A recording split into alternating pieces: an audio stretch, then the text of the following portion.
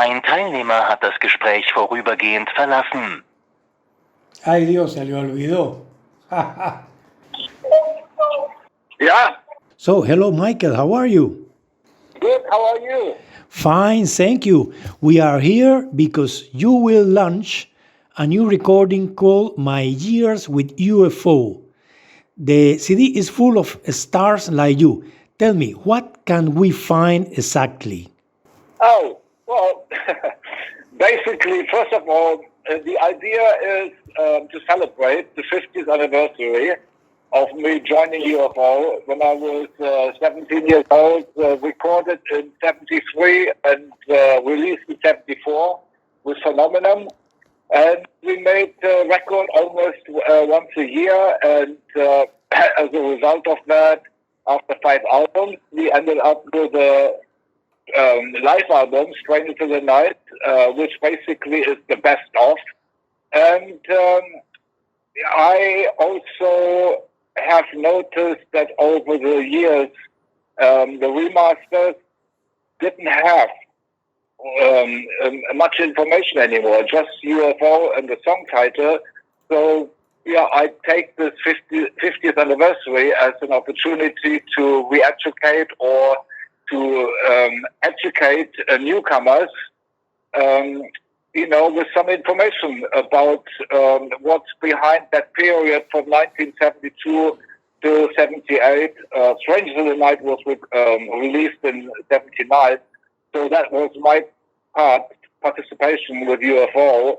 And I just kind of take that opportunity to inform people about details, and also most of the songs that went on to Strangers in the Night was my musical compositions, and so I like to point that out as well.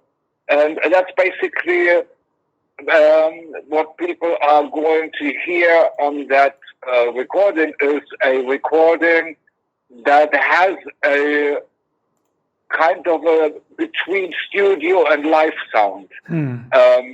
I've never done something like that before, but it's very interesting, and it sounds really good because it has both atmospheres, and that was a very interesting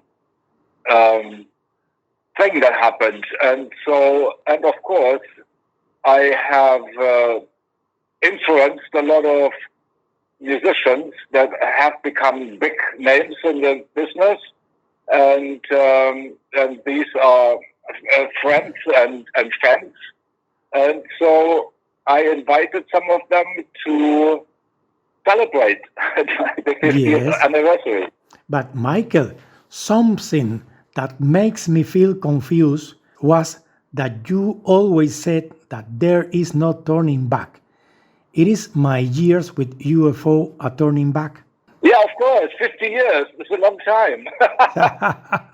Sometimes a sprinter needs to have a break and rejuvenate and introspect. And after 50 years, I think it's a good thing to do.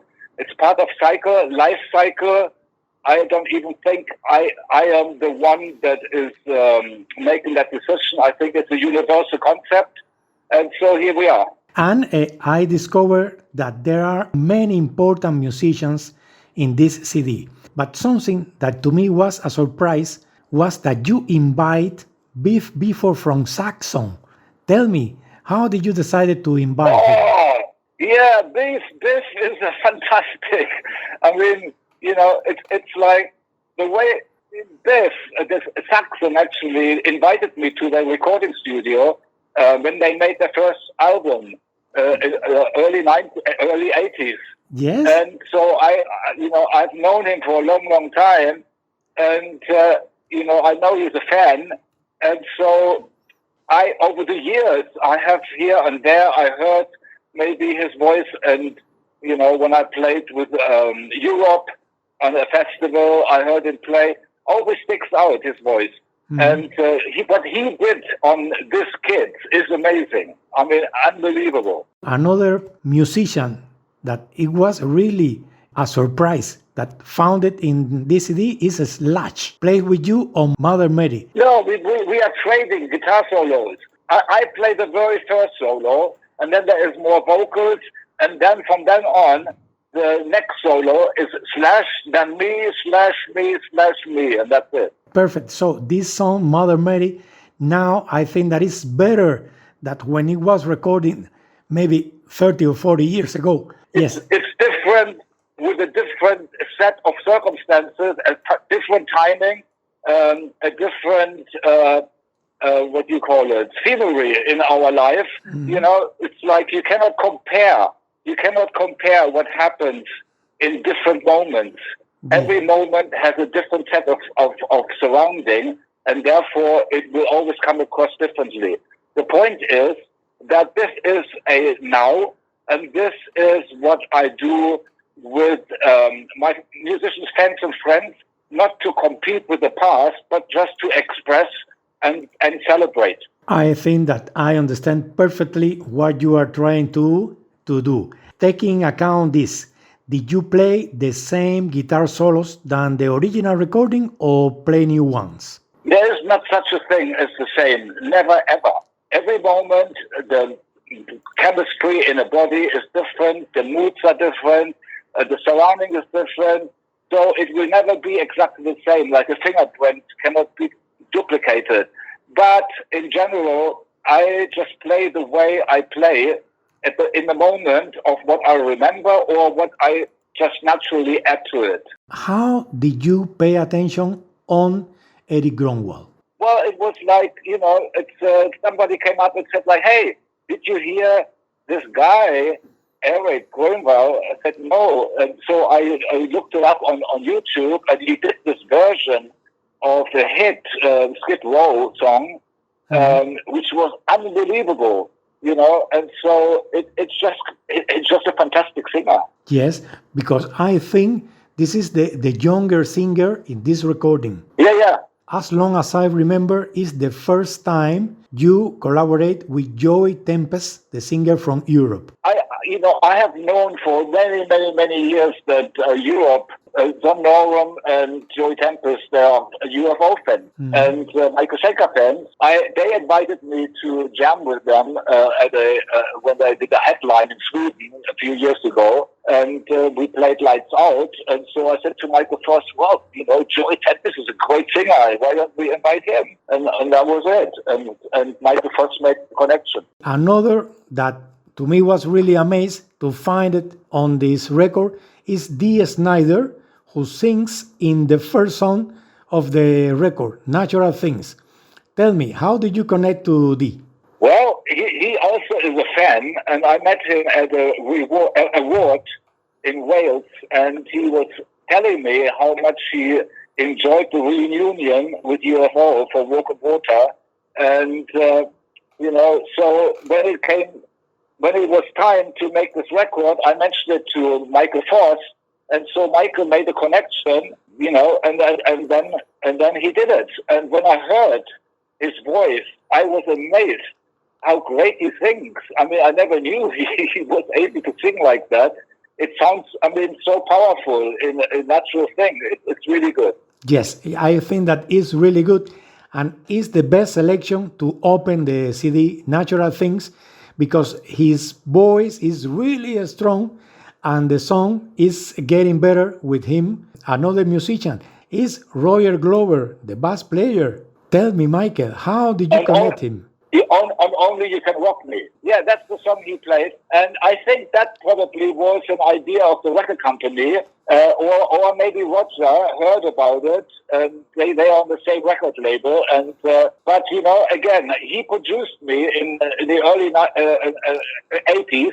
And, you know, I know Deep Purple. I used to play Deep Purple songs with Klaus Meine when I was 14 years old. And I never knew that Roger Glover can play bass so beautifully. I mean, he played it so, the bass lines are so melodic and so great. I was very shocked when I heard his bass playing. Was there a singer that you always wanted to play with and now is finally on this CD? All of these singers is a great, you know, to have with me because, they have been inspired by me, by UFO, and they are fans. They are great singers. They have made it big, and, they got inspired by us. And so therefore, it's a blessing to be able to have these guys singing on my record. All of them. I think that thanks to Bernie Marsden, you got the position in UFO. Am I wrong? I guess so. I mean, but I guess because the guys in UFO liked me more than Bernie, that's why I got the job. Yes, but I read that it was because a UFO was in Germany and Bernie Marsden disappeared, and then the guy from UFO say, Michael, do you want to play tonight with us? Or something like that. It was that way? Yes, something like that. You were looking for a band, a British band or something to go out of Germany. You take this opportunity. Yeah, I told the Scorpions that if a band from England, any band, would ask me to join, I would, no matter if they are big or small band. Yes, even if it was the smaller band in UK, you will go. Absolutely. When you get in UFO, the band was focused more on hard rock and heavy metal than in the past. I turned the band from a space rock band into a hard rock metal band. When Layouts, the album, became a hit in 1977, you got scared and you disappeared for a while. Tell me, what happened in that moment? Oh, at that moment, because it became a hit, I felt the pressure that now everything had to be. I wasn't free anymore. I felt like that we are going to be whipped, making money for management, etc., until we are dead. And so I didn't like the feeling of being in a spotlight and having to do things. I like to have fun doing things, not having to do things. And music for me is fun, not having to do it. And so therefore, I kind of I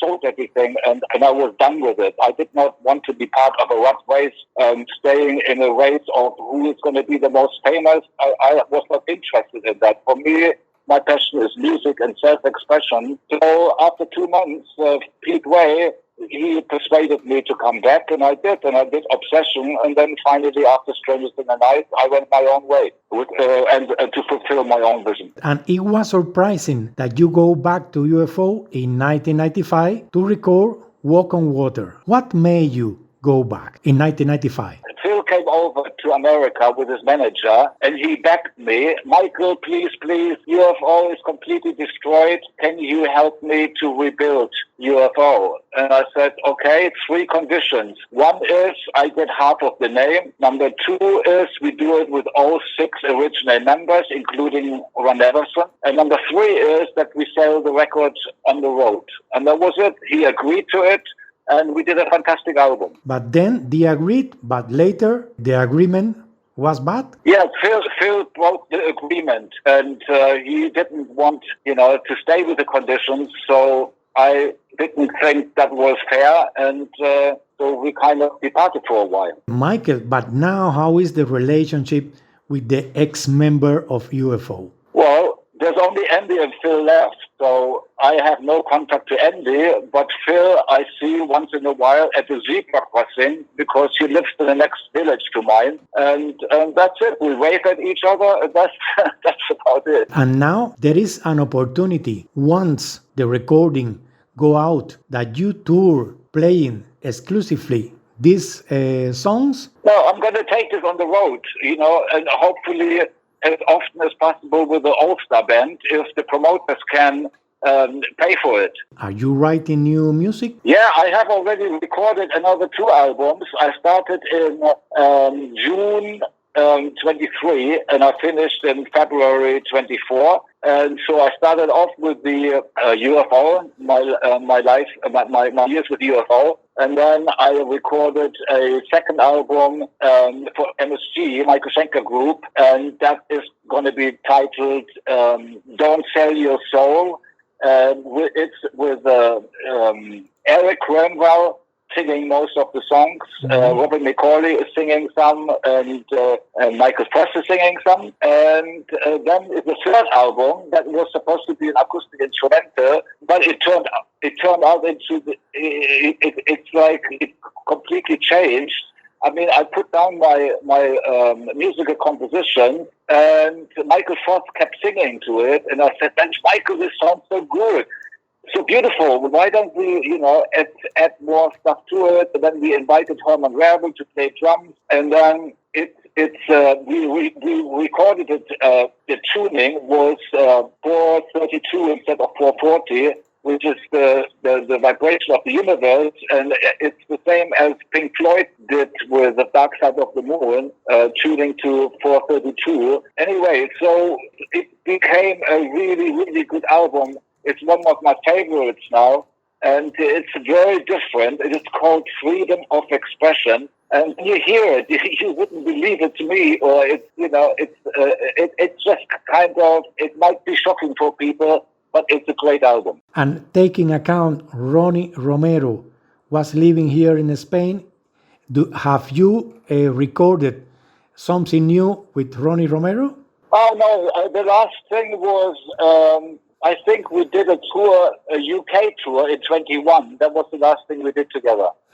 I interviewed you in the year 2020. In that moment, I told you I was born in Cuba.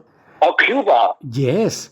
And I told you, yes, I told you that you have a lot of fans in Cuba, and you received news with happiness. Yeah, that's amazing. Yes. What do you feel when you know that even when you try to be not the biggest band in this world, you have fans in countries where you never have played? That's amazing. I mean, it's like I'm just being myself, and I guess that it's very, it hits some people no matter if they are part of a trend or not.